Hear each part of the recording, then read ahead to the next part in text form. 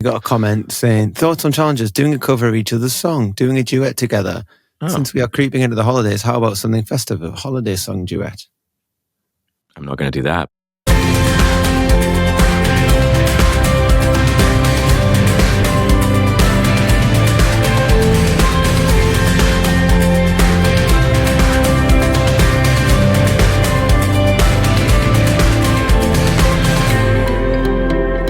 Yeah, and I got another one in a Twitter DM from someone saying... Why are people messaging you all the time about all this? I don't get any fucking messages. You must be a safe space for them. Yeah, exactly. I'm scary and grumpy.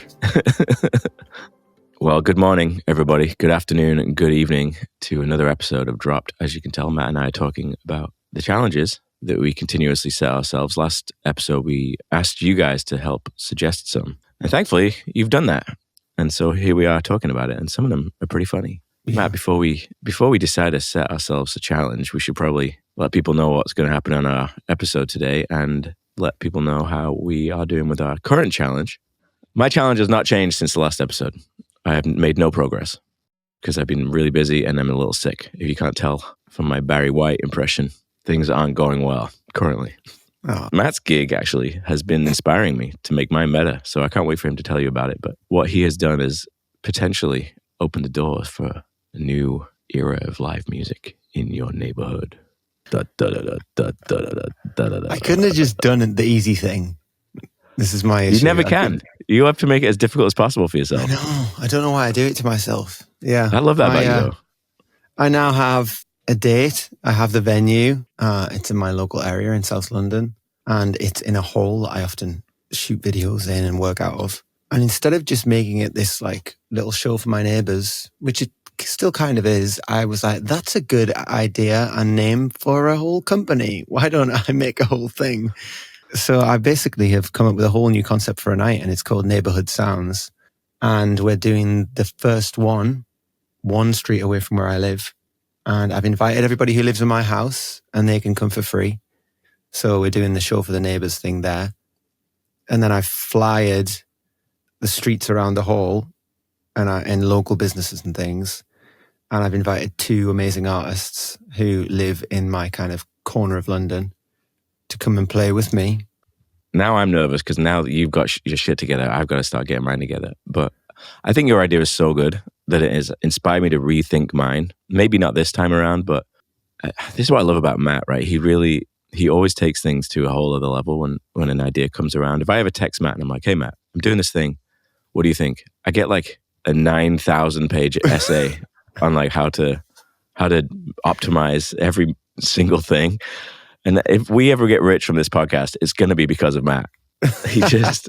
His brain works differently to mine. And I really appreciate that. I think we really balance each other out like that. But I think that's so cool, Matt. Mine is still going to probably be in my studio with a couple of my neighbors, well, with 10 or 15 of my neighbors, just because of everything else that I got going on. I don't think I have the bandwidth to. Plus, I got my residency coming up, which, to be fair, is going to be my neighborhood sounds. Yeah. Because it's all my favorite musicians who are going to, be part of it, and a lot of them are from Portland. So when you mentioned that, I did think, oh shit, well, I don't want to do that here and then have nobody show up to my residency. Yeah, double up on it. Yeah, I think what you're planning to do is beautiful, and that's what we plan to do the first, like initially when we set this challenge. You're going to make it really intimate and really get to know your neighbors. Hopefully I am too. I know that my next door neighbors have bought tickets and a few other people on my street, and we're doing pretty well for ticket sales so far. So, and you said last week as well, or last episode, about shows don't have to be big for them to be successful, for them to feel impactful. That stuck with me because I think it's so easy to get bogged down with ticket sales and the numbers and the ego of playing a big show. That's huge. We've both played shows where we're sitting there thinking, what have I agreed to? And it's so easy to let your ego get in the way. And mine still does. I've played shows in the last couple of years where I'm like, that's it, I'm done. I guess I'm just a complete failure. Why am I here doing this? And then it ends up being really fun, and I kick myself afterwards, for letting my ego take the wheel. Definitely. I only wish I could play your show in London. I wish that I could be there, because that sounds like a lot of fun. Moving on. Today we have a special guest, a very special guest. Our guest today, I could talk about his accolades for the next hour, to be honest. He's a very special guest. apart from being a good friend of mine, a business partner, and I think my first ever co-write. Way back when. He is an incredibly accomplished songwriter, producer, and musician, best known for co-writing the song You're Beautiful by James Blunt, a song that I'm not sure there's a single person on earth that doesn't know that song. And also Miley Cyrus's Wrecking Ball, which is another monster hit from 2013. Beyond those two modest career highlights, he's done too much to mention, but I will try my best. He's worked with Adele, Lana Del Rey, Engelbert Humperdinck, the Backstreet Boys, Tears for Fears, James Bay, Alec Benjamin, and most impressively, the man, the myth, the legend, me. Recently, he launched a Songwriting Academy, which I'm very excited to talk to him about. And outside of music, today's guest is out there high altitude skiing, scaling mountains, and I think currently, unless I'm now mistaken, you live in the North Pole, don't you? It was living there. Now you don't live. Today's guest does not live on the North Pole. I was hoping to ask him about Santa, but I guess that's not going to happen. He's well dressed, he's well spoken, probably well educated, but based on what I've seen after a few bottles of wine, I can't be sure. I'm always happy to see him, and over the years we've worked together in Italy, Eastern Europe, Australia, America, and the UK. He truly is a cartoon character of a handsome European, and among friends and colleagues, he's simply known as James Bond. Ladies and gentlemen, welcome our incredibly special guest, Mr. Sacha Skarbek. What's up, Sacha? Well, I don't think I've ever, in my entire career, had an intro like that, ever. Yeah, I'm going to have that. Writing that. I'm going to take that round with me wherever I go. Whenever I'm being introduced to anyone, I'm just going to press play, and that's just my on. Why don't you just pay me to follow you around? I'll just keep saying that to everybody. You could just come with me and do that. Everyone you meet, yeah. Well, welcome, Sacha. Thanks for being on here. You are indeed a high-profile guest in terms of our little podcast so far, so we appreciate the time. No, so. Matt, you and Sacha have met, right? Or did I just try and hook you up with email a little while ago? Well, there was that, yeah, but we have met once. I don't know if you remember, Sacha. We met in your studio in Kenseltown. I was working with a producer called Femke, who had the same manager as you. Yeah, that's right. You were working sort of next door to where I was, right? Yeah. You were kind enough to let us use a little room in your studio, and I think in amongst the busy in and out and working with clients, you dropped in and you gave us some feedback on a song called Hollow, which we hadn't released yet, and then we went our separate ways. We haven't crossed paths since, but yeah, it's so good to have you on this podcast with us now. Thanks for having me. That's a great song. I don't know if you ever went back and listened to it. It's called Hollow, and it's one of Matt's biggest songs, and it's beautiful. Definitely need to reacquaint myself with that. What would it have been without Sacha's feedback, though, you know? It was called The Hollow, and he was like, lose the. Just call it Hollow. So the reason we wanted to bring you on the show today, we're trying to make sure that our guests are varied enough that we're painting an accurate portrayal of the music industry. We don't want everyone to be the same. You obviously have written some monster songs in your career and had huge success, also in a time when it was very lucrative. It was a great time to be a songwriter and a producer. Now we know that the music industry's changed a lot. So I just really wanted to get your take on how things were then and how they sort of evolved or devolved, depending on how you want to look at it, and then how they are now. Yeah. But first, before we do that, I'd love for you to just talk for a couple minutes. I know I've talked to you about it before, but for our listeners and for Matt, tell us what it was like writing one of the biggest songs ever. Like, tell me about your life a year before you wrote that song and a year after you wrote that song. You're Beautiful. I'm talking about. I mean, it was definitely a pivotal moment in my career and in my life. You know, I think we wrote it in around 2003. Something like that in Los Angeles. No expectation at all. James had no publishing deal, no management, no record label, nothing. I had pretty much nothing going on, was just hustling to try and work anywhere I could. And I remember when we sort of finished it, we kind of looked at each other and went, yeah, that's all right. I think that's not a bad one. Should we go to the pub? Or actually, because we're in LA, there's no pub, but, you know, let's go to the bar or whatever. And then sort of fast forward on a couple of years, James, you know, started to gain a bit of support and started to get some help in terms of got a publishing deal and finally managed to get himself a record deal. But even then, there was really minimal expectation on it. And at that time, I was really struggling as a songwriter and as a producer. I'd had a hit before, but it was, pretty much just based out of the UK and a bit of Europe. I was really struggling for money. I was struggling for work. I ended up doing music for a gardening show on like a Channel 4 thing, and I was doing just horrible work. I was pretty close to, I sold my car. I was about to put my house on the market. Well, it's not a house, but my apartment on the market. It was really pretty dire. And then You're Beautiful came out, and it started to create a bit of traction. Not straight away, but just slowly started to build. And then it became, after, I think it was about 9 weeks it took for it to eventually get itself up to number one. And I think in the moment of when it happened, I was quite naive to it. I was still struggling with the reality of what was in front of me every day, which was, how am I going to pay my rent or, bills, and do I put the apartment out, all those sort of things. I can relate, yeah.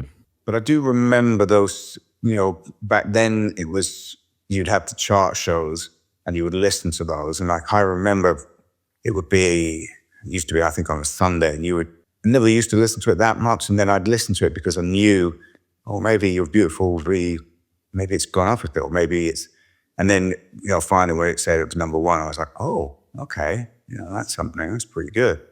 I hope that was your reaction. Oh, okay. That's pretty good. I mean, I was definitely... I'm going to go to sleep now. I was definitely too, but the weird thing with it was just what real life was a real struggle then. Yeah. So and I had no real understanding of quite how big it was going to be, quite how financially, what that was going to mean. So it began to slowly dawn on me the longer it stayed in, and then suddenly, the phone starts to ring a lot, and you're going, okay, well, now this is something. It's really snowballing and becoming a big, massive hit. Mm-hmm. And weird enough, nothing that I'd never wished for that. I'd wished for success. Yeah. I hadn't necessarily wished for this sort of big global, wasn't in my things about, what do you want in life? Oh, I want a global number one hit. It wasn't on my wish list. I wanted success, but so that it came about, and it was, an incredible time, but also quite learning how to navigate that was also a real learning experience, because no one prepares you for that sort of level of success, certainly when you've not necessarily had it before. Yeah. And I can only, I talked to James a lot about it, quite a lot, because for him it was, yeah, it's his face, it's his name, it's everything.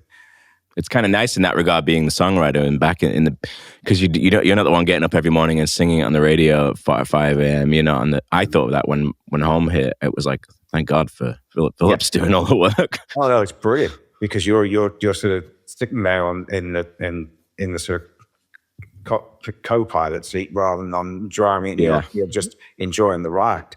Yeah. But it was really important, and I remember there's a post that one of the things that I was really concerned about, and where it was, I kept getting asked to do it again. Oh, can you give us another You're Beautiful? Oh my God, I know what you mean. You know one of those? No, you must know all about it. And that sort of pressure, that I felt that quite a lot. And I definitely remember being in Nashville once, and I was working with he's an amazing, lovely guy, very successful songwriter called Craig Wiseman. Mm-hmm. And I'd sort of come in slightly mopey into the session, and he was like, "Hey man, what's the matter with you?" And I'm like, I'm British. Yeah, sorry, so British. Like a accent that I had. And I was like, "Oh, I'm just stressed out because I feel like I'm not getting another one, these hits." And he reminded me, and he just said, "Dude, man, you've got a number one hit. You're Grammy nominated. You have hit it. Enjoy the ride." Yeah. It really made me think like, you know what? Actually, I have, so from that moment on, I was definitely more aware of, okay, let's enjoy that moment. And it's one thing I've sort of really had to kind of teach myself a little bit, is that slightly cliche thing, but that idea, this too will pass. And the idea of, okay, well, you know, the high will pass, as in this, I've got a number one hit and this is amazing, but also the lows will pass. And then, but it is about enjoying it and taking it and understanding it. It's a ride. It's a hard thing to do. Like you said, it's a hard thing to do because there is all that pressure. I had the same thing. It was like right into the home. So once that was happening, again, I was in the same situation where I was still broke when the song was the number one, because it takes a while. And so I'm in all these rooms, and I can even see on the briefs in these publishing camps and stuff, it's like, we need a song like Home. Like, people were literally asking for another one. And so it's weird because it kind of shapes the way that you write music for the first time in your life. I feel like it's the first time where you've got this pressure around you to write something that you did once that may not even represent what you do particularly. No. But then you feel this pressure to keep doing that, and you're like, but I don't really want to do that. Like, I didn't even like Home when I wrote it. I was like, the song's fine, I guess. You know, it was one of those weird things where, and I don't know how you felt about You're Beautiful, but... No, completely. I'm sure that, and like you're saying, it's not, you don't feel identified by one particular style or one particular type of song. And all of a sudden you're being asked to just sort of replicate that. Yeah. And also I think it's you know, those moments of when you write those songs, especially if it's in a sort of co-write environment, it's a chemistry. It's a moment in time. It's something that never happened and that you've been able to channel, and you haven't overthought it. It's just come out, and you've almost facilitated this piece of work to come out. Yeah. To try and recreate that. It's never, the minute I worked out just to get as far away from that as possible, the better things became. Yeah, for sure. Yeah, it's impossible to bottle that, right? I haven't had that problem in the same way that you guys have. Tell us about your number one hit. Well, let me chime in here as the guy without one. I do find that it strikes me hearing you speak about it, Sacha, and also with what I know about Greg's story as well, is that like at that moment you've had this massive success and you've created this thing, which that should be a moment where you should be able to bask in it, as that co-writer said to you. But it's almost like the industry takes its problem then and projects it onto you. Like, it's not your problem, really. You made the hit already, and you will make another one if you keep going, you know, like as you did. If you just keep showing up and doing the thing and not letting yourself be changed in a way that steers you away from what you got you there in the first place. But then the industry is like, yeah, but our biggest problem is that we don't have enough hits. Can this guy give us more hits? He's done it well. Like, let's put it on him, or let's put it on whoever the writer is. Yeah, how do you feel about that, with that pressure from the industry and how that can change your approach and lead you away from potentially doing it again? Yeah, I think you're 100% right about it. And, you know, I think for the pressure that's put on to, say, a writer or producer is again, nothing like what is put on to an artist. So, you know, again, let's take it in James's case, or whether you were... whoever's had a very successful first record, that pressure for number two. I mean, I remember working with Jason Mraz, and Jason, you know, he had the pressure he felt after having I'm Yours and a massive, massive hit. It nearly kind of knocked him out of the game because he felt to a degree of responsibility, as you're saying, not just to himself, but to now a huge corporation and to a whole team of people that work for him. I think as a writer, the minute you start following the pressure of it, as it were, and you forget the reason why you started writing in the first place, it can become a very, very difficult road. And if I've learned one thing about it is trying to come back and re-go to hey, why do I write songs? And what is the reason why I write songs, and why do I write them? And tap back into that. It's not that you want to ignore the industry, but you want to be able to look in, see it, hear it, and be told all these things, whatever, and then almost like put it to the side and try and not be affected by it. It's a bit like that rule thing of like, learn the rules and then chuck them away. Yeah. So it's a similar thing. Know what the industry's like, be aware of it, but put them away. Yeah. You said earlier about how you weren't prepared for that level of success. And I think that creative aspect of it is a part of it because, like you said, the pressure can crush you and the success can almost be the death of you. I mean, I remember when Home happened, I almost quit music. I felt so much pressure to redo it. And when it wasn't happening again, I was like, I think I'm done with this. And I went to India and the Himalayas and for like 2 months. I was like, maybe I just won't come back. And I swear I was going to quit. So I can really, and I wasn't even the artist. But the problem was I was an artist. I was trying to be an artist. And then I was also already, all of a sudden I was being called a songwriter and felt like people had forgotten that I was an artist. And so no one was really listening to my music anymore. God, listen to us. I sound like a fucking... I mean, again, that's you, but a double whammy of it because you've got that. I guess what's going around here is, our identity and who we feel like we are as human beings, as creators. And, for me, on one side, there's the thing of, well, I didn't think I was just that kind of writer here.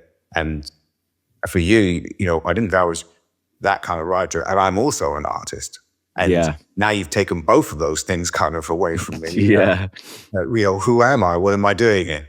I mean, it's a first world problem. But it's yeah, I know. But I think when you're being creative, let's take away the extreme entitlement here and just put it over to the side for a second. It's the creative aspect of it that just really fucks with you because you spend your life being creative in a certain way, and then all of a sudden you have this thing happen to you that it just sends it into a tailspin, and then you're like, wait, my whole identity shifted, and I don't really know how to create anymore.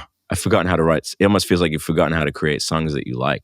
I think the people that do it really well, and if I could go back in time, and is, when you're able to go, great, I've had this hit, and that is now going to afford me both financially and creatively to do what I love doing.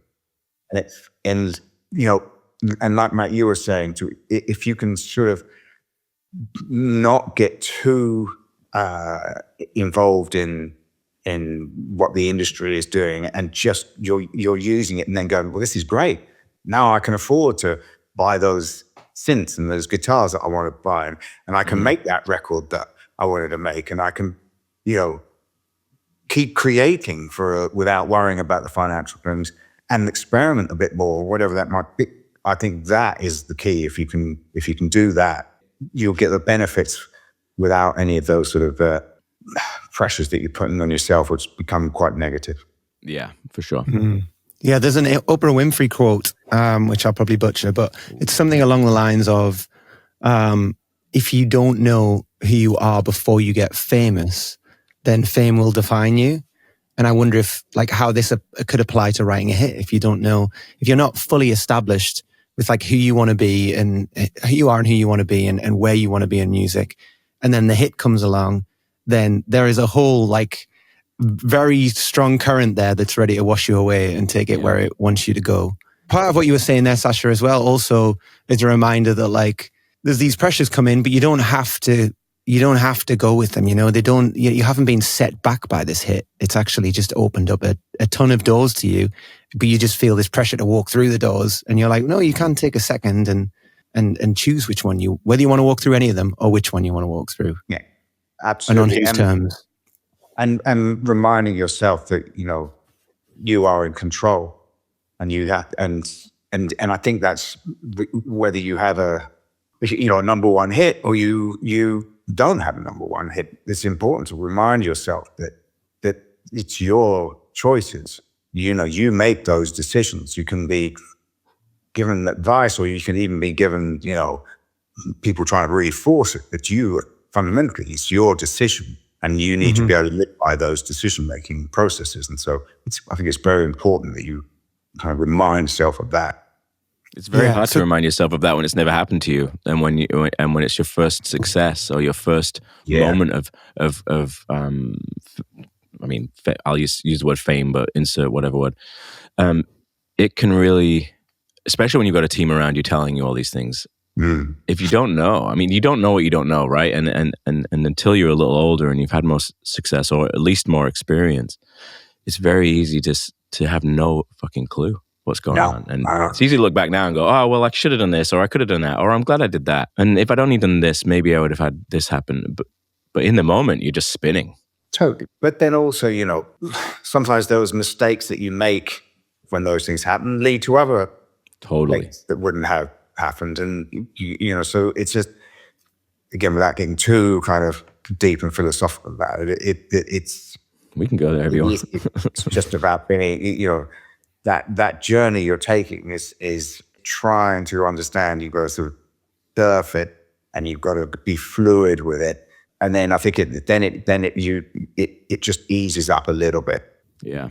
Yeah. Can we, or can I ask about how you found your footing in that moment then? Because where I'm, or in the moments afterwards, in the years afterwards, because like from where I'm sitting, you seem to have done a really good job of building something bigger than yourself out of it, and also building an operation that allows you to operate and really put roots down, like in the music industry, but on your own terms. You've got your own studio and your own ventures off that. I'd love to hear more about what that is today and what that has been to you and how important that has been to you to have that, because there's being a songwriter, a successful songwriter who's one person against the tide, and then there's going, I'm going to make something bigger than this. I'm going to establish a studio and a whole operation. So how important was that to you, and what has that meant to you over the last, what was it, more than 15 years now?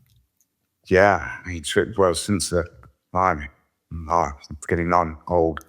But again, you look really old, Sacha. I'm not going to lie. Matt, essentially, so because the landscape of music that we're in now is very, very different to what it was 20 years ago, and certainly when I've had that first bit of success. But one thing that I realized as I was sort of going through, well, actually even pre having that bit of success, was that I'd learned that I had to be multifaceted. I couldn't just rely on the songwriting element alone. So I had to find other areas. So I sort of would I would still work as a bit of a session player. I would do TV music. I would find other areas. I would develop acts. So the reason why James and I got together was because, no one would work with him. No one would really work with me. So we kind of and then, we would then put shows together, so I'd learned that skill quite early on. And then that sort of, as things progressed, I was able to implement that in just slightly bigger ways. So creating a studio, using the money that I'd got from the success in order to invest back into, right, let me try and find another artist that I can really help and develop and create a relationship with and hopefully have some success with. At the same time, okay, let me set up a publishing company, because I can see a lot of younger writers who show real talent, but they're not necessarily given the opportunities that they deserve, and also, but that I'm able to give them because I'm right at the heart of being relatively successful, and I've got these. So that I've sort of carried on all the way through up until now, and then what I've sort of done just as one extra step on it is I've set up a songwriting academy, which I'm really, really proud of and I'm really excited about. Very interestingly, my premise behind it was, there are loads of places that you can go to and you can learn the technical elements and aspects of how do you write a song and how do you produce a song and what compression to use and how do you lift a chorus and what harmony to put. But there's no real places where you can go and they say, how do you deal with being rejected 95% of the time? How do you deal with a tricky character in the room, a tricky art or a tricky co-writer? How do you deal with a bullying manager? What is that difference? What is the line between being confident and being arrogant? All of these areas that and how do you learn resilience? That I've through my career, I've found so important. So I'm really excited about imparting this over to the sort of next generation of writers that are coming up. The bottom line is that it was definitely for me about having different areas that supported one another. Songwriting supported development, supported a publishing company, supported other ventures. And that's been, for me, I think that's what's kept me, A, in the game, but also B, wanting to be in the game. Mm-hmm. That's really inspiring to hear you say that, to be honest. I was just going to say, Greg, it resonates a little bit with a lot of what we've been talking about kind of like the crossover between us both releasing and often kind of exposing our fans to one another, but then also having this podcast and how everything is starting to play into each other. And then this live thing we're talking about and how one thing plays into the next. And that's inspiring to hear that the way you've done that, Sacha, and these things can support each other.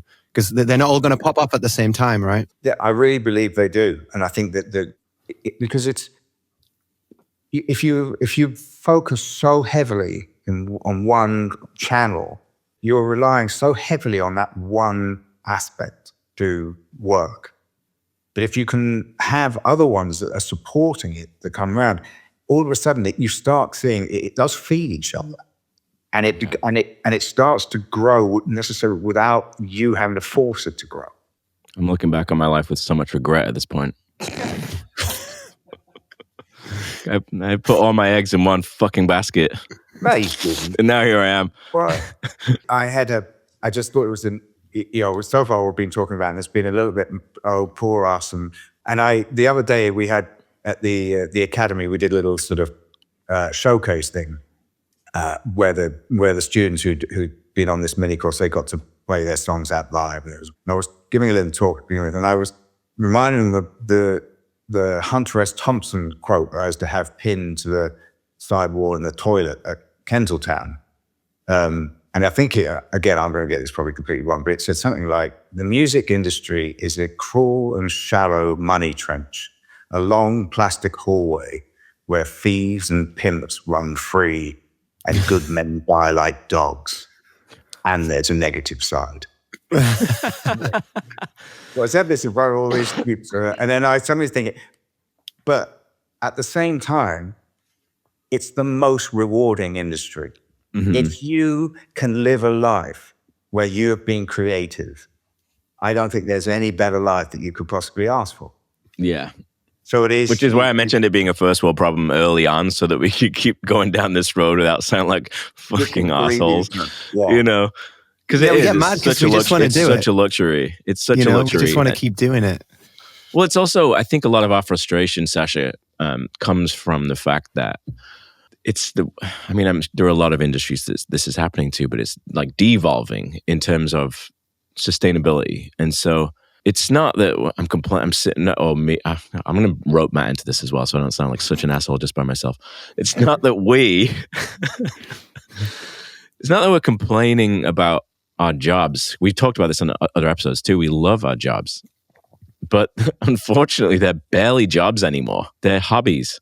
They've become hobbies where we don't get paid, and so and a lot of people. I've been really outspoken about streaming and particularly Spotify online, and most people support me, and a few people lean into me about, oh, you're just an ungrateful artist, complaining about an industry, nobody cares, shut the fuck up kind of vibe. I'm like, look, if I was just straight out of college right now and I was trying to be an artist and I hadn't put any effort in it, and I was just expecting success, that would be one thing, right? But imagine if you were an architect for 20 years, you built big buildings and you had success and you were respected and you won awards, and then one day they just don't pay you to make buildings anymore, or they pay you like 1% of what they used to pay you. That's a fucking issue. It's not entitlement. It's not like I've dedicated my entire life to my career. Just like if I was a builder, if I was an artist, if I was a lawyer, I've dedicated my life to this business that has served me well in many ways, and I'm grateful for it. But I'm seeing it collapse, and I'm allowed to complain about it. I'm allowed to try and find solutions. That's what me and Matt are doing. We're trying to find solutions because this is all we got. like I can't, like it's hard to pivot when you're in your 40s. I mean, you can, and I might have to, but you know, it's like we're trying to figure out what this looks like moving forward. I mean, you are 100% right about it has changed enormously, and I think you're right in terms of the devolves in some ways quite a lot. I mean, maybe I'm being overly optimistic here, but please be. I hold on to the fact that fundamentally creativity and the people that create will always be required.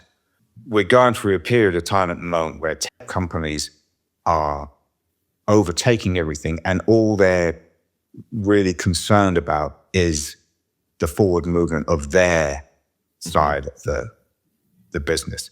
Spotify, for them, it's the songs are a kind of tiny little byproduct that they have to what they eventually want to go with. Mm-hmm. I think that it will change, and it will even its way out. You know, we went from analog to digital, where all of a sudden there was a real concern and worry about, well, what's going to happen if people can copy music all the time? Mm-hmm. You know, then you go to LimeWire, to Napster, where it's pirate-based, where there's no money for the creator. Now we're at the point where it's, okay, well, it's regulated to a degree, but it's unfairly regulated, in my view, and I'm sure 100% in yours. Mm-hmm. I think it's important that we continue to put pressure on those companies to make it a fair, and certainly when it comes onto the publishing side, but also I think onto the artist side, also very much onto the fact that it's a very, very minute few at the top in the artist land that make a load of money, and that is not trickling back down to the next generation or the more independent artists. But I do think it will change, but it won't change on its own. So hence, while it's great, you guys doing a podcast, we have to continue to ask questions. We have to continue to apply pressure. And I think what's going to really help this is that for too long, we have been too many individuals. And I think community in music is a massive, important part of and we need to build communities. We need to build that to support one another when things are shit, to support one another when things are great, to be able to have a voice that is got some power to it, as it were, and some pressure. And I think, to me, that's a really important part. And that's what we're trying to do here with the podcast. Honestly, we're already talking about expanding Dropped into to be more of a community versus just me and Matt on our podcast with our guests. And that leads me on to another question that I had. Matt recently sent me a video of Justin Tranter talking about the music industry. And a friend of ours, and he's a great writer. He's written he wrote some of the biggest songs of the 2010s, like, if not all of them. Yeah. And he talked about how 10 years ago, a hit song as a writer may have made you $700,000, right? Yeah. Unbelievable, life-changing money. And he said that same song now, if you wrote a song that was on the biggest album of the year, would make you $7,000. Yeah. There's a 99% pay cut. I don't know anybody else in any industry that took a 99% pay cut and could still put food on their fucking table. So there's that. And then also Matt sent me something this morning from a person that we follow on Instagram called Dustin from Venture Marketing, about tickets and the cuts that come off the top of ticket sales now, and the fees and all that sort of stuff. And what actually ends up going to the artist ends up being something like 8% of the ticket sale. Jeez. I think that was the profit. Yeah, this was big successful tours as well, right? Yeah, like $100 ticket. The example was a $100 ticket, which we could only dream of charging $100 for someone to come to our show. Once they'd paid their crew and costs, their profit, if they were a profitable $100 ticket, it was $8. So my point for these two, or my question for these 2 points is, where do you think this is going? Like, if touring is no longer profitable, if writing is no longer profitable, then production is pretty much out of the question. Where do we go? And I know you've already kind of touched on that, so I know that my question has been a little bit answered because your optimism is very inspiring and I appreciate it. Because sometimes... Well, I'm not normally, as you know. I know. I was quite shocked with the optimism, Sacha, to be honest. We've had a lot of conversations over drinks and I'm like, wow. To answer your question, I think that at the moment, we don't really know where it's going to go. And I don't think anyone does, including the major record labels. Totally. Including some of the big tech companies. I mean, you only need to look. I was in LA a few weeks ago, went into Warner Brothers, and it was like a ghost town because they cut their staff completely. Yeah. And I was talking to one of the execs there who's Matt's been old label for years and years. And, she was telling me that because they're relying on artists to come out of TikTok, then the deals are stupidly competitive. Yeah. Way above what they should be paying, because there's a very few of them that are showing that these tracks are holding some sort of traction or art. 100%. Yeah. And they're signing artists who they've not even seen live, not even heard another song from. Who probably have never even left their bedroom. Totally. And for silly amount of money, so hence why I think they're all going, crap, we don't know what's going on. So they're going to become more label services based. And I think we'll find them doing a lot more, 50-50 type deals and acting in that way. I think we are at this moment where there's no real clear path set out. But at the same time, I strongly hold on to the fact that, weirdly enough, on less side of it, I'm looking and going, oh my God, this is dire. But then on the other side of it, I'm going, but there's still so much great creative music going on. And it somehow is seeping through. Yes, it's not being monetized yet, and it's not being supported properly yet. But there is, on the other side, somehow people are doing it. And I guess out of the rubble and out of the ashes, it will start to bear fruition, and we will find a way of making it work as a business, as opposed to just this kind of, at the moment is like a sort of a new forest, which is trying to find its way up to the sunlight. Yeah, I think there's an element of maybe everything needs to kind of be burnt down in a way, for want of a better term. I go back to like base principles, and I'm like, why is there a music industry? And a music industry initially, you'd like to think, sprung up around artists who, when recorded music became easy enough to replicate, would be out on the road and would be making records, and there was just too much for one person to do, right? You're the artist, you can't do it all. So then the manager pops up and he goes, okay, well, I'll do this, this, this, and this, but in return, I'd like 15%. Okay, that's a good deal. If you're going to do all of that and I'm going to do this, I'll be the face, I'll make the music, and you handle these things. And then the publisher is like, have you thought about getting your songs on TV or films or whatever? I'll do this and I'll take this percentage. It's the services like attached to the different areas of the industry that make them kind of valid, or like they're the reason for being, right?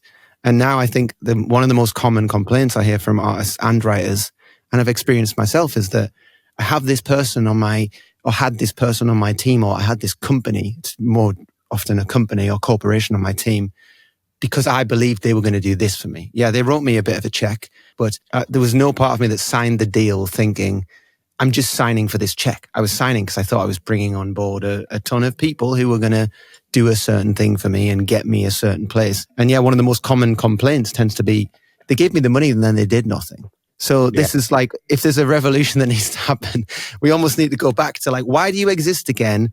And can you prove to me that you actually do the thing that that is your reason for being? Otherwise, I don't want to work with you again. And if we can educate, whether it's this podcast being one tiny part of that, but if we can educate this next generation of artists to be like, this is what you should want from these people. Otherwise, there's no point working with them or this company. Then I think people will become more discerning. And then hopefully the music industry will start to actually function again in the way that it was set up to function. They'll be forced to, won't they? I mean, they'll have to. Mm-hmm.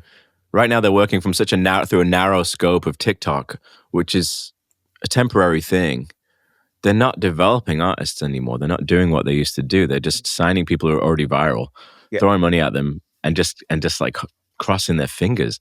Whereas they used to, they would sign artists and they would help them. And but also just go back into history, and those major companies that were set up all came from being hardware companies and businesses.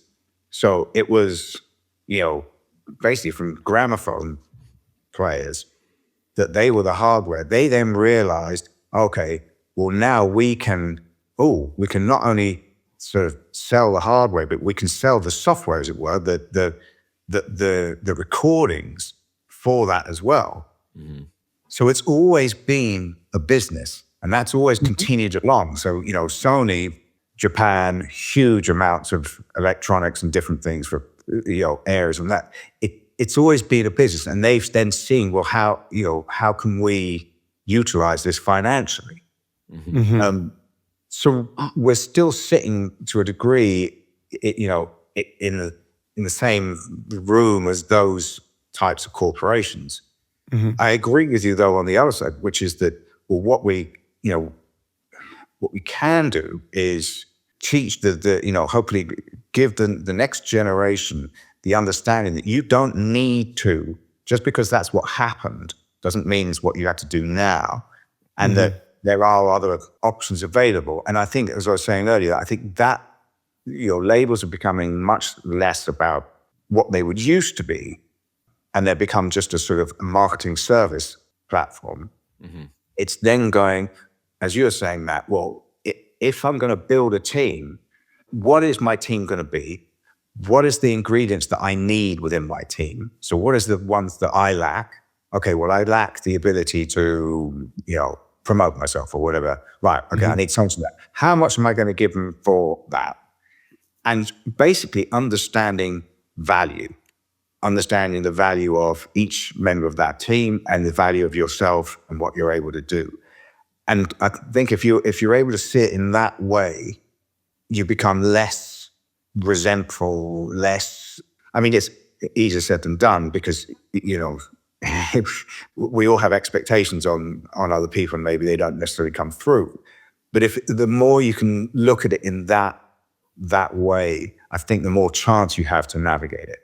Mm-hmm. Totally, yeah. And I don't resent sharing parts of my business with people. Like, I would love help in lots of areas, and in return, I'd love to share some of the profit that we all create together. I understand it's a business. It's as you say, it's when people make promises that they seemingly sometimes don't even attempt to deliver on, or they just make that promise to too many artists, and they know they can only deliver with 5% of the people that they do, But it's you get that sort of land grab mentality, which certainly in the past a lot of the labels would do, which was just, okay, well, let's blanket sign as much as we can, and in the hope that one will pay for it. Mm-hmm. And there's a lot of people left out on the scrap heap. I think the more control you have over your own career, the better it will be. So you're not, because I know you're absolutely right about it's in a dire state now.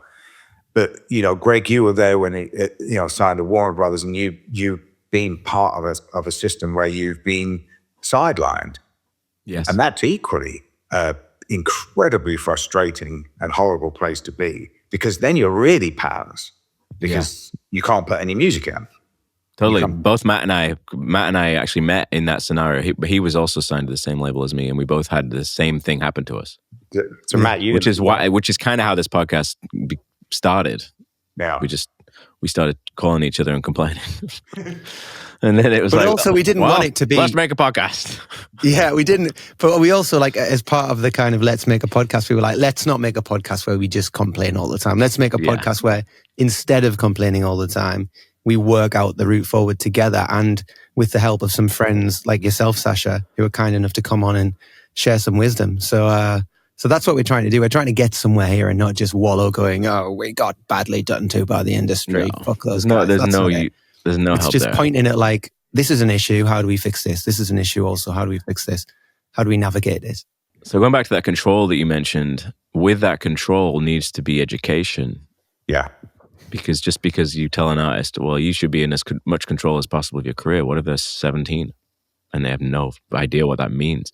And so is Is that the kind of thing that you're teaching in your academy? Because I like what you said about what you're teaching in the academy, because I agree. I think I'm of the belief that you can't really, it's going to sound really bad, but you can't really teach someone to write a song more than you can teach them to paint. I think, yes, you can teach them the technical aspects and you can teach them what a chorus looks like and how to structure a song. But if they don't have that like instinct to create in a way that, like, I wish I was a good chef, right? I've always wanted to be a chef. I love cooking. Good. No, I know how to make like 3 things, and it's because I've made them over and over again until I can finally figure it out. But I don't have that like instinct, right? Where people can open their fridge and go, well, I have that, and I can make this. I wish so badly that I had that, right? So I kind of understand that feeling of people who really want to be a songwriter, but they may not have that like natural gift of songwriting. And I don't want this to sound bad. I think that you can always learn more about something. Going back to my point, in your academy, you're teaching people more how to navigate the sort of insecurities and the business and the emotional aspects. Are you also teaching, the fundamentals of songwriting, or are you sort of more focused on that? Here is how you navigate what you're going to experience on this journey. We try and put over knowledge and experience and educate on not only the sort of mental side of it, mental health side, all of those areas of it, but also very much like of the business side of it, and understanding that it's important to see yourself as a business and as a young artist or as a young writer.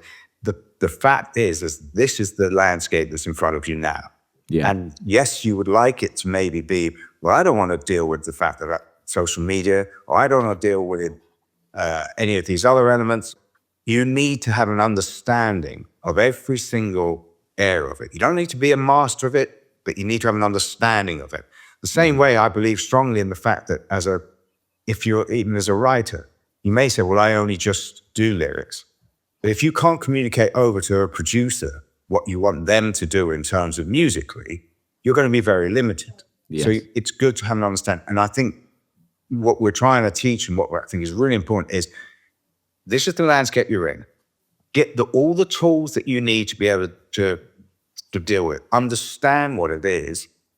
Then you'll work out, okay, and what are my strengths? What are my weaknesses? And as we talked about earlier, then who do I need in my team to help me grow it? But certainly when you're starting out, you're on your own, to a degree, again, what we're talking about, if you can build a community, that helps you because you can then get, advice, or you can get somebody else in. But you have to have an understanding of what's lying in front of you. And I think that's the key, and even for all of us now, because it changes. And so we've got to adapt. We have to be able to understand what's there and then hopefully move forward with knowledge, because that's the thing that's going to give us our best chance of being able to adapt to it. I love that. I love hearing that. So a young songwriter comes to the Sacha Skarbek Academy. Is it like a 12-week program? Is it like a year-long thing? Is it? And what do they cover? I assume they cover a lot of, there's a lot of instruction on the nuts and bolts of songwriting. And then it sounds like you have this amazing side, which is like you didn't have to do, but is so important right now, which is educating how to navigate the industry, which I think is like, if I'd known all the things that you're talking about educating people on, I would have made different decisions at certain points in my career. That would have been very beneficial. And I did a music production degree. So I knew like the technicalities of producing music and recording music, but I didn't know how to navigate the industry. I've worked that out alone completely. So to talk us through that. Well, at the moment, because it's relatively early days, we're running a series of sort of mini courses. So they tend to be 4-day courses, which just give you a rough idea of how it works out. Small groups of students, 12 to 15, come in, meet, then it's some form of masterclass that will be about, that I will aim, so so far we've had some great artists. We had Jinjin, who Greg and I know. Yeah. We've had some pretty high-powered execs. It will be about them, but also I will feed into it an idea of, okay, well, what's going to be the theme of the course? So maybe it's on resilience, or maybe it's on rejection. So I'll ask that person, well, how did they deal with it? And what was their way of going through it, and so on? And part that over. Then it's split into different groups with the idea then the song brief may well be, I want you to write a song, but I want it to be about being rejected. So we tie that into that. Then what we'll do is, one thing I've also worked out is the benefit of reflection.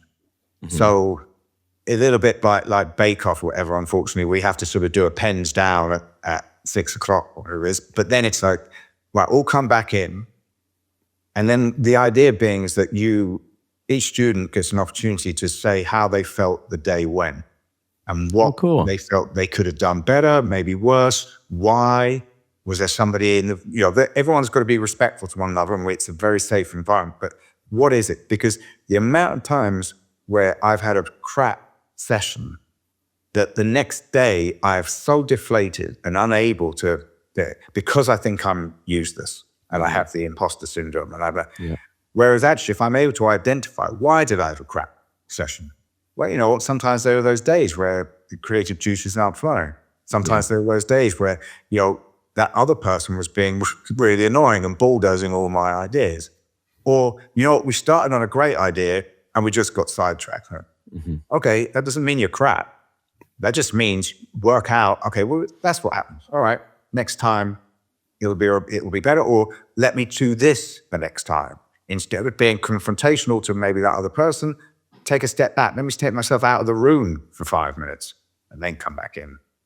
Anyway, so we do that so it's this balance of understanding the sort of psychological side of it, as well as the writing side of it. And then within the writing side of it, we are pretty hands-on with, okay, what's your harmony pattern here? How have you thought about when your melodies, have you thought about how you're going to create them, the difference between sort of having long legato type ones and having more so you do get into that. Fronts, rhythmical sides, and then even down to a bit of the production stuff. So that we sort of do that. Then we end up with what's been really great is seeing then the artists, the students, get an opportunity to have their songs realized with a band. Because again, we spend so much time in the studio, so many artists, so much time in the studio, just with computers. And we're looking at our screens. Get into a rehearsal room. Also, there's no computer screens in there. It's just musicians. And you start to use your ears more. You start to hear rather than look. I love that. That's been a really great part of it as well. So they get that opportunity to have their songs played with a live band. And then we do a little performance thing. And that's... And then within that, maybe one of the talks will be, so Ben Parker, who's my partner on it, he does a really great talk about value, about knowing, the stigma attached behind having jobs, and that just what do you do when you're being asked to do things for free the whole time, which fundamentally we are. The industry tells me I can do it for free. We're still also being asked by mates to do things for free. And at what point do you know your self-value and why, and again, just understanding why you're doing it. So we cover those elements. I think then, and the plan is that we're going to roll this out into a year-long course, because there's so much to be gained from it. And there are so many different areas. There are so many techniques that we've found that benefit young creators and songwriters, that the plan will be we'll have that. And then we've got one in Berlin, we're doing one in Nashville, one out in Dallas, one in Orange County. So we're sort of building the network, and hopefully, really importantly, is building a community. That's so great, man. You told me about the Academy when we last hung out, which was, I think 2 years ago now. And it was a brand new idea, I believe. I think you were in school still for it. Yes. So it's so cool to have seen it grow, and I really like the take on it. I mean, I've been a part of a lot of these songwriting courses before, and I even have my own mentorship program right now myself. But a lot of the ones the reason I started mine is because I didn't like the way that the other ones were structured, because it was too one-dimensional. Here's what you do. And everyone's different, right? Everyone works differently. So what I like about yours is it just sounds like it's catering to so many different parts of songwriting and our industry that don't get talked about, or just kind of get glossed over or talked about for a couple minutes. So it's cool, man. And also, what's really important to me is the diversity of the students. Mm-hmm. And what's amazing, what I've always loved about, living in London and being part of a creative city here, is the fact that it's this melting pot of different artists of different genres, and mm-hmm. well, that's where great music has come out of. And I feel that as it gets more restricted, and as we've been talking a little bit about in this podcast, is how tricky it is financially to be able to continue and navigate. It's leaving a lot of people behind because they're struggling financially. And that I find, if we only end up with people who have got enough money to make music, we're going to get some pretty dire brand music. Yeah. We talked about that before, actually, to give the opportunity to people from socially deprived backgrounds, from all different areas of music, so that we can move forward creatively as opposed to stagnate. Yeah, so, I mean, pain and struggle is like where the best songs come from. And if music's being created by a bunch of rich kids, nothing against rich kids, but like, not saying they don't struggle too, but fuck, is that what's going to be left, Well, I think it's, it is one of those things I strongly believe in, is that we have to do something about that, which is when the equality of music in terms of financially has to be addressed. And that, you guys are talking about this in terms of whether it's streaming platforms, to ticket sales, to whatever it is, it needs to be reinvested into the next generation, and it needs to be spread across a diverse group of those creators, not just an elite few. Yeah. We're in danger of just getting one perspective right now, aren't we? I think that's why an artist like Sam Fender resonates, Working class kids somehow made it through when we've had this same perspective. And obviously we have had a ton of great music in that time. So it's not that like people from that perspective have nothing to say. And it's just, it needs to be balanced. We need to have a bit of multiple perspectives in music. Otherwise we just lose that cultural richness. The word that came to mind when you were speaking about your academy, Sacha, was empowering. It sounds very empowering what you're doing in every way, It's kind of like, okay, the producer I worked with on my album that I released earlier this year, he was very much it was an empowering experience. He was like, okay, like you can do that. Why don't you do whatever it was? He was like, what do you think we should do right now? Why don't you what's your idea for this thing? It wasn't like I'm the producer and I'm going to tell you what we're doing. It was a big growth experience because he just left so much room for us to grow. And I've had a few people in my career that I've worked with like that. And it's just they have been the biggest moments of growth. Those people who've empowered me to have space to see what I can become. And it sounds like that's the environment you're providing for the students of your academy, which is really great to hear. Thank you. Yeah, it's definitely that. And a lot of it, I believe, is the same thing that when we go into a studio, if you can create a safe environment where people feel fearless and that they can express themselves and push boundaries, that's what we need.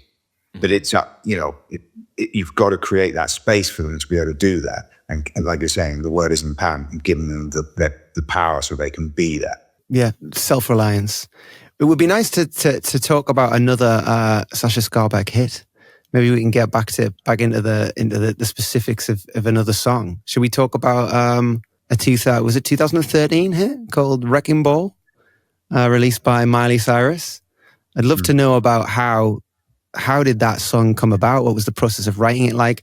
And how did you feel about that song, like in the session, in the days afterwards? Because 1 minute it was Like You're Beautiful. It was a worldwide hit, and there's not many people you'll find who've never heard that song, So how did that differ from you're already successful at this point?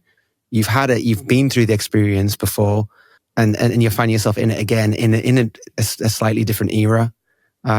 Just tell us about it. How did it differ, and how did you feel about it? And did you recognize it at the time? Well, it was in one way it was very different, and there were also some similarities. I had a young family. I'd moved to LA for a period of time because I thought it was important for me to be around in LA and take use of, I had some work out with Lana Del Rey, and I was trying to sort of, to a degree, keep my career going. I got some very disappointing sessions to begin with, where I thought, oh my God, I made this huge mistake. I've moved the whole family out here. I've got cars, rental cars, it was just, I was thinking, oh, this was a bad idea. But got asked to do a session, and I had no idea who the people were that I was being put in with. There was no studio, couldn't find a studio. In the end, I just sort of said to my manager, can you just find me somewhere where at least there's a piano so that we can write around a piano? So he finds me this place, bizarre place, which is a Japanese early learning center in the middle of nowhere. And I'm thinking I might not turn up. This just looks like a disaster. So my wife's great at being, come on, just give it a go, God. So I head there, and it really is, it's just a classroom. And then in walks Mraz, who I'd never met before, who was like, what the hell is this place? And I was, she can be quite intimidating too. Yeah. She's an intimidating presence. Yeah, and I was trying to explain to her, look, oh, sorry, really. But then interesting, what happened was within the first 10 minutes, she was very emotional and started crying. Oh, wow. And I was like, oh, are you okay? What's going on at that? And she says, oh, I'm really sorry. I was meant to be getting married this weekend, but I've had to call the wedding off. Wow. My fiance was becoming abusive, and I mean, just a horrible situation she was in, and she was horribly upset. And so we spent a lot of time then just talking, and so I said, listen, let's get out of here, the classroom. And so we went round the corner to like a Starbucks with her and had a coffee, and we were just talking all through. And in the process of it, she started saying things like, well, maybe it was my fault, maybe I just, I never meant to start a war. I just wanted him to let me in. And instead of using force, maybe I should have just let him win. I was like, well, you've actually written something really beautiful there. And we kind of literally on the piano, the first thing we did was write that, which ended up being the bridge. Yeah, it's beautiful, and then beautiful lyrics. Everything came out of her was this sort of combination of regret, but also a little bit of anger, frustration, what's going on, and then Stephen Mocker, who's like the most phenomenal piano player, is in by this stage, and he again is a really brilliant listener. He's incredibly empathetic, and he kind of kicks me off the piano because I'm noodling around, like being sort of sad, overly sad, ballady sort of thing, and he just is, it does a sort of Liberace thing, and out of that suddenly it gives a bit of energy and power to it, and we're like, so what are these things that whack walls down? Because that's what it is. What are those things? And, bulldozer. Man, not a bulldozer. Well, it's like one of those wrecking ball things. Yeah, wrecking ball. And then we're like, can you say wrecking ball? And then I think Mraz just thought, well, yeah, but if you use it in the right way, you should go which is a bit more on the sort of modern folks. Oh, yeah, okay, that's really good. And basically, we had that song in, it was probably 2 hours of therapy, as it were, and an hour and a half of actual sitting by the piano. Wow. And then we demoed it up really simply, Mocchio on the piano, Mraz singing it, finished it. Again, it was one of those ones where I thought, you know what, I really like that, man. That's a good one. But that's it, no idea. And then the way it got to Miley was that we were talking about who it could possibly be for, because originally I think I was booked in to write something for Beyonce, but obviously that wasn't going to work. So, and Mraz just said, oh, there's this girl, Miley Cyrus, and she's looking for new stuff, and and she's trying to change her direction, and maybe that could work. And I, to tease with, I didn't really know that much about Miley Cyrus. I kind of knew Hannah Montana a bit from the, not much. And so she said, okay, well, yeah, all right, we agreed. Yeah, well, see. And then Mraz, again, super sort of smart about this. She goes, I'm going to send it to Miley, but I'm going to wait until Sunday morning because then I know she'll be slightly hungover, and that's when she listens to music, and that's when we may get her to focus on her. So she pulled over by the side of a freeway and sent it on 10 o'clock in the morning on the Sunday morning. And I think about an hour or so later, reply back from Miley, I want this song. And then amazing. It became Wrecking Ball with Miley Cyrus. Jesus. Wow, and it could have been Bulldozer. Wow, that's it's just a lifetime of preparation, and then you're all so ready for that moment. You're ready to hear your co-writer in this emotional time and guide her through. So much of songwriting is therapy, right? And if you get on the right wavelength and you don't go too far into it so that it's a song that no one can relate to, and you as the co-writer there, the fact that you're able to guide her through that like incredibly intense emotional time and get to the point where you got a song that I remember hearing that song for the first time on the radio and being like, wow, what a great like power ballad of a pop song. And then I remember hearing it in a different way a second time. And I think it was on like Live Lounge. And I don't even think it was Miley Cyrus. I think it was like James Arthur or someone singing it. And I was like, holy shit, what an incredible song when I heard it. Like, first time I was like, what an incredible pop song. Second time I was like, what a life-defining song, because obviously closer to the way that you guys wrote it in the room, like with an outpouring of emotion and a piano. It's just, and if a song works like that, it works, right? I really believe in the fact that if it can work in a sort of stripped down acoustic fashion, then that's your litmus test for it being, not always, because obviously you've got, that rhythmical elements, but on the whole, that to me, that's the sort of benchmark of it. I agree. It again, interestingly, Mraz and I still write quite a lot together, and we're all still very good friends, Mokio, but again, the pressure got put on again because can you do another Wrecking Ball? And we call it Bulldozer. Yeah, pretty much. And because I'd already been through it before, it was a hell of a lot easier to navigate. But it wasn't as easy to navigate for Mozella because it was a first one for her. And that was to put a lot of pressure on it. And also we used to find ourselves getting back in the room together and we were trying to recreate what happened to a degree like that. And, the difficulty was that, Mozella was just like, but the problem is I'm happy. I've got, I've had a #1 hit and, I've moved to LA. I found a great guy. Life is good. I know. That's it's funny that comes with success. It really, I found that when I went home here and I finally had some money and I finally had a career, I was like, the fuck am I going to write about? Yeah. It almost destroys an element of you, that desperation and that fire inside of you. There's definitely a moment where you're like, I don't really feel angry at the moment. No, I think that's where, you either certain people become self-destructive or, or empathy is your friend, as it were. Mm-hmm. So you just channel it through somebody else's. So I would tell Mozella like, hideous stories of, something I'd heard or some poor person getting run over or whatever it is, like that, just to try and get her to well up and see, the minute I knew she would start to do this and that, I was like, okay, now we have a chance. Come on. I mean, there's a reason why my follow-up album after Home Happened was like all about other people. Yeah. For that same reason, because you're like, what am I going to do? Tell people how great my life is currently? Like, no one wants to hear that shit. That's a little off-brand for me.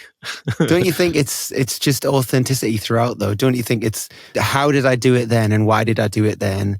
And like, let me do that again. But you can't do it again because you're a different person and you've changed and you feel different. You have different life experiences. But I'm thinking of like, Mike Posner? Yeah.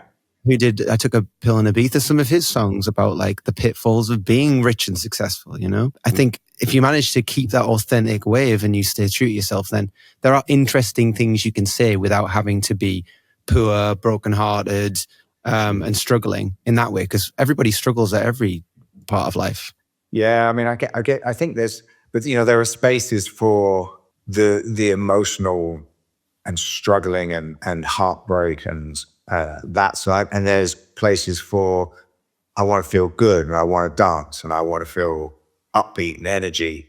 And it's channeling that. I mean, I'm pretty sure someone told me once that Michael Jackson's sort of thing was like, if you play him something, if it didn't make him either cry or dance, he wasn't interested. Right. And that's two areas of, that was his thing of like, well, it's got to do one of those two things. Otherwise, nah. Oh, well, it's been so good speaking to you, Sacha. Oh, mate, guys, thanks so much for having me. So much wisdom. Yeah. We're so grateful for your time, mate. A lot of warbling. Maybe there's about a 30-second snippet you can get out of all the warbling. No, there's honestly, I can always tell, like, in real time when I'm listening, when I'm really enjoying it, I feel like the joy of doing the podcast is if you're sitting enjoying the podcast as you're recording it, and then you go, oh, shit, I can ask a question. Like, I'm one of the hosts. I get to ask a question now. This, like, interactive podcast experience, and that's what this has been like. It's been a real privilege. So thank you for being so generous with your time. I know we've kind of gone for a little while, but there's definitely so much in there that's going to be so beneficial to our listeners and even just to us. Agreed, and I'm really excited for the future of the Academy, Sacha. And yes, there's Skarbek Songwriting Academy. Is that .com? Is that how people will find us? Find you? Sorry, with a little .com on the end. Skarbek Songwriting Academy.com. And I look forward to having you both coming down to do little master classes. Please. Well, Matt's in London, so that's an easy one for him. Yeah. I'm a little further away, unfortunately. But yeah, we're super grateful for your time, Sacha, and it's really nice to talk to you and see your face. All right. Listen, sending you lots of love. All right, mate. Talk to you soon. Well, that was the wonderful Sacha Skarbek, an old friend of mine and an incredibly accomplished producer and songwriter. Matt, how do you think that went? That was fun. It was really fun, yeah. It was really nice to get his perspective and his wisdom. I find it really striking to whenever I hear someone as successful as Sacha talk about like their moments of self-doubt on the way, even after the big hit. And it sounds like even after the second big hit, it's kind of like there's only that moment of elation only lasts so long before you're like, oh no, everybody needs me to do it again. How am I going to do it again? And I guess the way to do it again is just stay true to yourself and get in the room, get in the next room, and then eventually someone magical walks through the door and you make something great together. And that was what year? That's like 4 or 5 years between You're Beautiful and, not that he didn't do other successful stuff in between, but as far as like monster hits between You're Beautiful and Wrecking Ball. 10 years, I guess so, yeah. It was 2006 was You're Beautiful, 2005 or something. I think. So, well, it's almost a long time anyway. 8 years. The thing about Sacha, I've spent so much time with Sacha, and we've had numerous times when we've just been in a hotel somewhere just drinking, talking about life, and he's so humble for someone that's achieved so much. He does have that self-doubt still. He does have that fear in him. He's not some arrogant rich guy. He's really humble and always trying to improve himself and always trying to be empathetic to other people's situations. So it's really nice to have someone like that on here and hear his stories and hear some stories that I haven't heard before, because you're a lot better at getting information out of people, I think, and I'm much more self-involved. So you brought out a few stories of Sacha's that I'd never heard before, and I was grateful that you did that. Yeah. That's nice. I think it's just a case of sometimes with your friends, you get to that point where you think you've asked it all, and then when you have that fresh perspective on someone, you ask different things, Same with you and Violetta. Yeah. And also when they're friends, sometimes you don't ask anything. You forget to even ask anything because you're just hanging out and you don't even really think to ask them about what was it like when you had that hit song. You don't really think about it. I think he was a great addition to the guests we've had on so far, and another different perspective. We've had Rob's perspective from an industry stance, and then we've had Violetta as like a fiercely independent artist with a anti-industry in a way. Anti-industry, yeah, but also has come from like the most industry thing ever, the X Factor, to being the most fiercely anti-industry artist ever in Web3 music. And then, of course, like our own perspectives, which are quite like similar to each other, but different in their own ways. We haven't had anyone like Sacha yet. No, and he's interesting because he's had success at a time when so much success could be had. And then he was kind of had more success in a time when there was the evolving Instagram, TikTok's almost here. You know, he's still in it. He was there in the heyday, so to speak, and he's here now. And so it's interesting to get his take over all that time. All right, challenges. We talked in the beginning of the episode how our current lingering challenge is going. Matt's way ahead, so I've got some work to do. But the next challenge, we still want yours, by the way. We still want you to send us your ideas. We've had a few, and they're great, but we're going to exhaust our own ideas first. My idea, Matt, today, because you've set a lot of the challenges. What you got for me? Well, the purpose of these challenges, right, is to push us out of our comfort zones, not to ruin our lives, but to push us out of our comfort zones. And one of my pet peeves, but also something I realize probably helps, otherwise people wouldn't do it, is fucking clickbait. Those YouTube videos where you see someone on there going like, "You'll never believe what happens." You know, it's just... I know what inspired you for this. It's just complete clickbait. And it bothers me because I don't want to go on a big tangent about how much it bothers me. It bothers me. But there's obviously a reason why people do it, because there's no way people are making those things feeling good about themselves, right? They just can't. They're so shockingly embarrassing. But anyway, what if we tried them, Matt? I know you mentioned that you did try one the other day, which is why I'm bringing this up. What if we just tried optimizing our thumbnails and we started posting every day to try and get that algorithm to be our friend?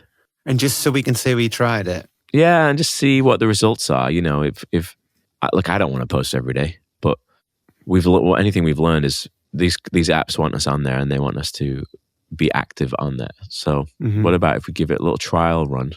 Well, what if we posted every single day, and in the meantime, we also optimize some of our YouTube thumbnail. Ugh, I feel gross even saying it. Challenge. What if we just post every day? Challenge, become the thing we hate. Post every single day we hate. And optimize for new discovery. That thing I was texting you about the other day was I tried one on one of my videos. I was like, this video is dying out here.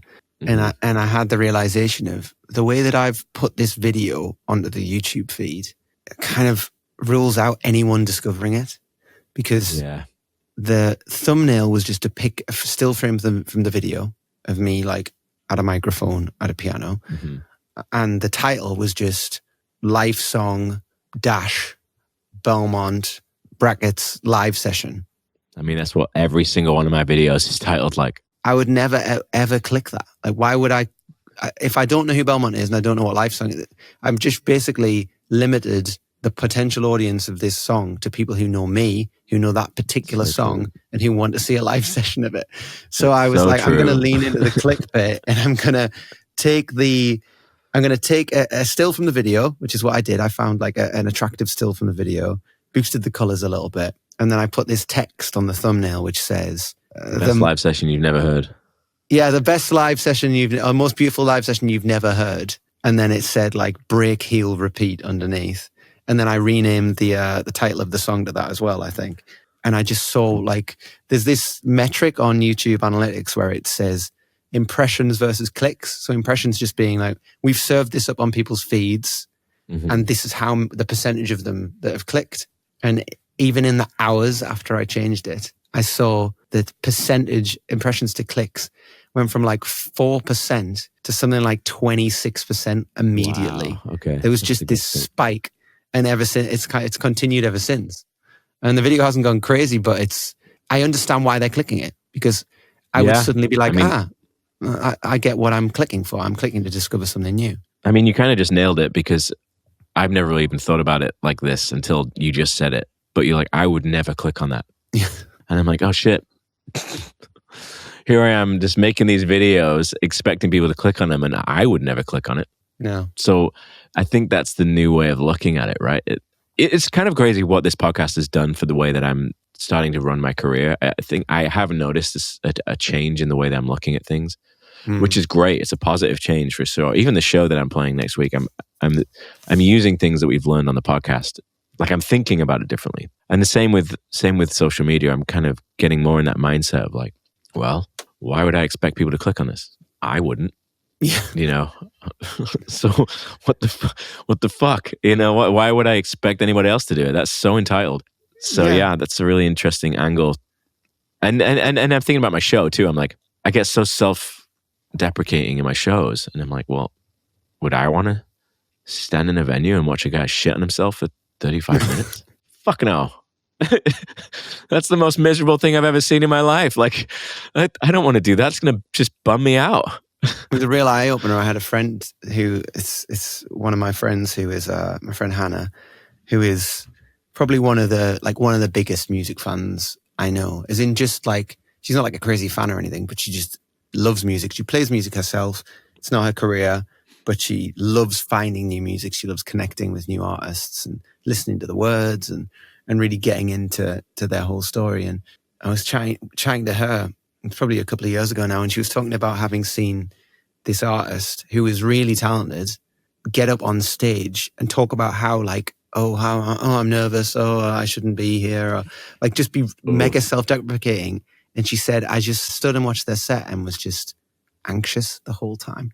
There's a level of responsibility that you hold as the artist of like making everyone feel at ease and like you've got it under control. And wherever you go within the performance, whether you do something a little bit crazy or you do tell a little bit of a self-deprecating joke or whatever, you do have to stay, I think, within the confines of, but you do realize this is part of the performance and it's all under control. It's a fine line. You don't have to worry. It's a fine line, yeah. And to hear her say that, I was like, oh, maybe I've done that before and made the audience feel a little bit uneasy. I don't want to do that. I mean, I made a decision a long time ago to never tell the audience that I was nervous if I was, because I remember watching someone say that on stage and being like, oh, now I just feel really uncomfortable. And I don't get nervous anyway, so I don't know why I would ever tell anybody that. But the self-deprecating thing, like you can shit on yourself without talking about how nervous you are, you know? Yeah. And if you are nervous, don't tell anyone. Don't. Matt has just given a perfect example of why you should never tell people that you're nervous. Because then you're the guy driving the car. Yeah. And everyone is a passenger. And you're just so scared of driving. It is that, like you get on like a Greyhound bus or whatever. That's like not the person I want to be in the car with. Or like a National Express coach in the UK, and as you're getting on, like you say hi to the driver and you're like, hi, how you doing? He's like, hi, how you doing? Yeah, I'm quite nervous, but yeah, I'm all right. I've never driven on the motorway before. Shit. And that's it. You're like, holy shit, you're about to drive me 8 hours to Edinburgh. Yeah. You get in the plane, the pilot's like, this is my first flight. I'm very nervous. And that's the equivalent, isn't it? It totally is. Okay, well, I accept the challenge. I like... Yeah, it's a little bit of a basic one, but quick thing with the rules. Are we allowed to repost things that we've already posted? Maybe Wait, it's my challenge. Yeah, you're yes. That's our challenge. But we thank you for joining us for another episode of Dropped. Hopefully you got a lot from our interview with the amazing Sacha Skarbek. Check out his academy, Skarbek Songwriting Academy.com. SKARBEK. Matt, any final words? Final thoughts. I would say make sure you're following us on social media. If you want to reach out to us, droppedpod@gmail.com. And if you want to be an absolute legend, join our Patreon and help us. Mainly, just share this with a friend who might like it and let's keep growing it and grow into a whole movement. Thanks again, Sacha, and we'll see you on the next one. Thanks, guys.